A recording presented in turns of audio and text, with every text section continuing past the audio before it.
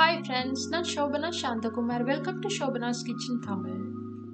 ஏற்கனவே நாங்கள் நிறைய வகையான பன் ரெசிபிஸ் எப்படி செய்கிறதுன்னு சொல்லி பார்த்துருக்குறோம்.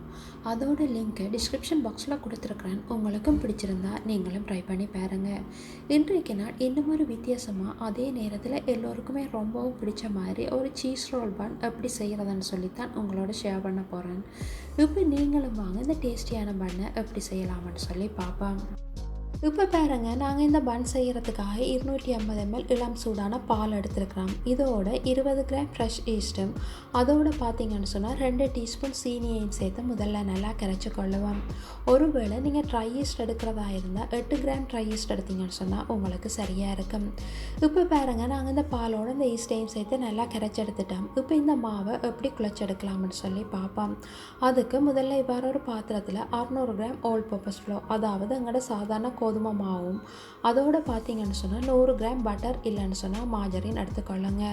இப்போ இதோட 80 கிராம் சீனியும் 1 டீஸ்பூன் உப்பும் அதோட 2 முட்டையும் சேர்த்து கொள்ளுவோம். இப்போ இதோட நாங்கள் ஏற்கனவே கரைச்சி வச்சிருக்கிற ஈஸ்டையும் சேர்த்து இந்த மாவை நல்லா குழைச்சி கொள்ளுவோம். நீங்களும் இவ்வாறு கிச்சனைட் மிஷின் பாவிக்கிறதா இருந்தால் ஒரு 2 தொடக்கம் 3 நிமிஷமும், இல்லை கையால் பிணைகிறதா இருந்தால் ஒரு 4 தொடக்கம் 5 நிமிஷம் நல்லா அழுத்தி பிணைஞ்சு கொள்ளுங்க.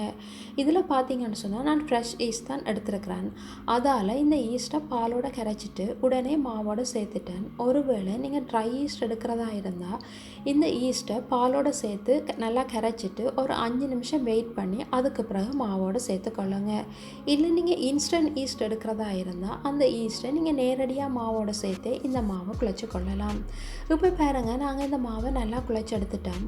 இப்போ இந்த மாவை நாங்கள் குறைஞ்சது அரை மணித்தியாலம் இவ்வாறு ஒரு ஈரத்துணியால் மூடி விடுவோம்.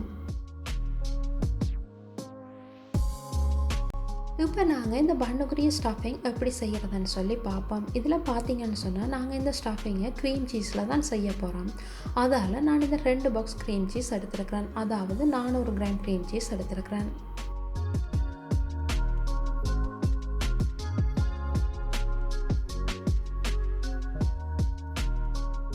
இப்போ இந்த க்ரீம் சீஸோட ஒரு முட்டையும் அதோட 2 பேக்கெட் வெனிலா சுகரையும் சேர்த்து நல்லா மிக்ஸ் பண்ணி கொள்ளுவோம். ஒருவேளை உங்களுக்கு இந்த வெனிலா சுகர் கிடைக்கலன்னு சொன்னால் அதுக்கு பதிலாக நீங்கள் வெனிலா எக்ஸ்ட்ரா கூட சேர்த்து கொள்ளலாம். இப்போ பாருங்கள், நாங்கள் இந்த க்ரீம் சீஸோட இந்த முட்டையையும் சேர்த்து நல்லா மிக்ஸ் பண்ணி எடுத்துட்டோம். இப்போ இதோட நாங்கள் 80 கிராம் ஐசிங் சுகரையும் சேர்த்து தொடர்ந்து நல்லா மிக்ஸ் பண்ணி கொள்ளுவோம்.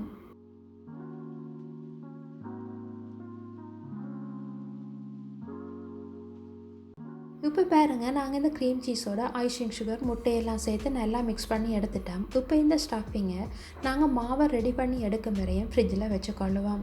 அதே நேரத்தில் நாங்கள் மாவை குழச்சி வச்சு கிட்டத்தட்ட அரை மணித்தியாலம் ஆயிட்டுது. இப்போ நாங்கள் இந்த பண்ணை எப்படி செய்கிறதுன்னு சொல்லி பார்ப்போம். இப்போ பாருங்கள், எங்களோட மாவும் நல்லா ரெடியாகி வந்திருக்குது. இப்போ இந்த மாவை நாங்கள் திரும்பவும் கூடுதலாக குழைக்காமல் அப்படியே இந்த பண்ணை செய்ய தொடங்குவோம்.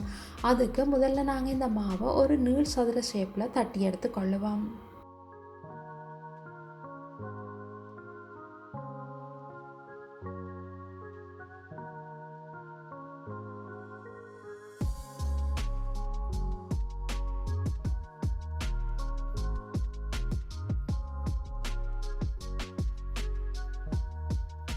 இப்போ நாங்கள் இந்த மாவுக்கு மேலே இந்த ஸ்டஃபிங்கை வச்சுட்டு இந்த மாவை ஒரு ரோல் ஷேப்பில் உருட்டி கொள்ளுவோம்.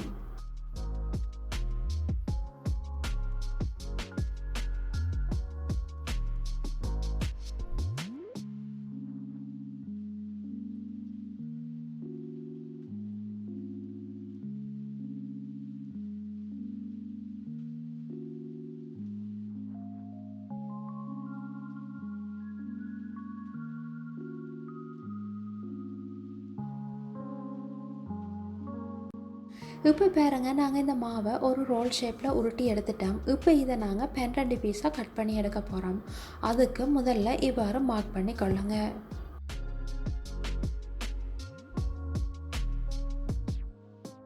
இப்போ நாங்கள் இந்த மாவை கட் பண்ணுறதுக்கு கத்தியையும் யூஸ் பண்ணலாம். ஆனால் இவ்வாறு நூலால் கட் பண்ணி எடுத்தோம்னு சொன்னால் எங்களுக்கு அந்த ரோல்ஸ் பார்க்குறதுக்கு நல்ல வடிவாகவும் அதே நேரத்தில் நல்ல நீட்டாகவும் இருக்கும்.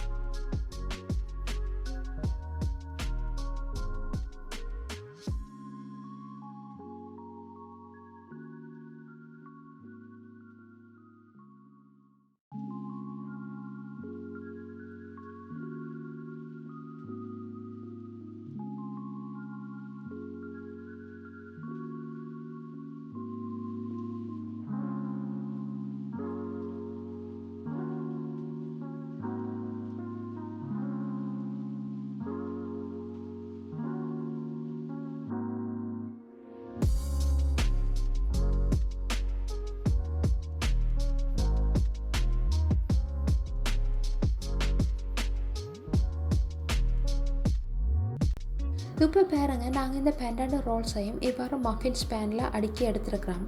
இப்போ இதை நாங்கள் குறைஞ்சது அரை மணித்தியால் மூடி விடுவோம்.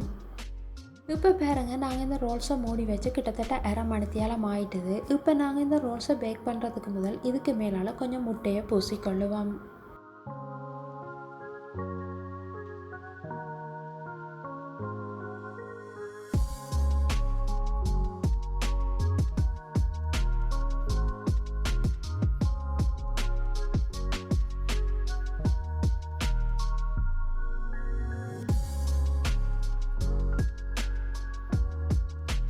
இப்போ நாங்கள் இந்த ரோல்ஸை பேக் பண்ணுறதுக்காக ஏற்கனவே அவனை 200°C ப்ரீ ஹீட் பண்ண விட்டுருக்குறேன். இப்போ பாருங்க, எங்களோட அவனும் ரெடி ஆகிட்டுது. இப்போ நாங்கள் இந்த ரோல்ஸை அவனில் கீழ்த்தட்டில் வச்சுட்டு ஒரு 13 to 15 நிமிஷம் பேக் பண்ண விடுவோம். இந்த டைம் ஒவ்வொரு அவனுக்கும் வேறுபடும். அதால் நீங்கள் உங்களோட அவனுக்கு ஏற்ற மாதிரி டைமை செட் பண்ணி கொள்ளுங்க. இப்போ பாருங்க, நாங்கள் இந்த பன்னை அவனில் வச்சு கிட்டத்தட்ட 15 நிமிஷம் ஆயிட்டுது. இப்போ நாங்கள் செய்த பன் எப்படி வந்திருக்குதுன்னு சொல்லி பார்ப்போம். இப்போ நீங்களே பாருங்கள், எங்களோட பன்னெல்லாம் நல்லா பேக் பண்ணப்பட்டு நல்லா கோல்டன் கலராகவும் அதே நேரத்தில் நல்லா வாஷமாகவும் வந்திருக்குது. இப்போ நாங்கள் இந்த பன்னை இறக்கி எடுப்போம்.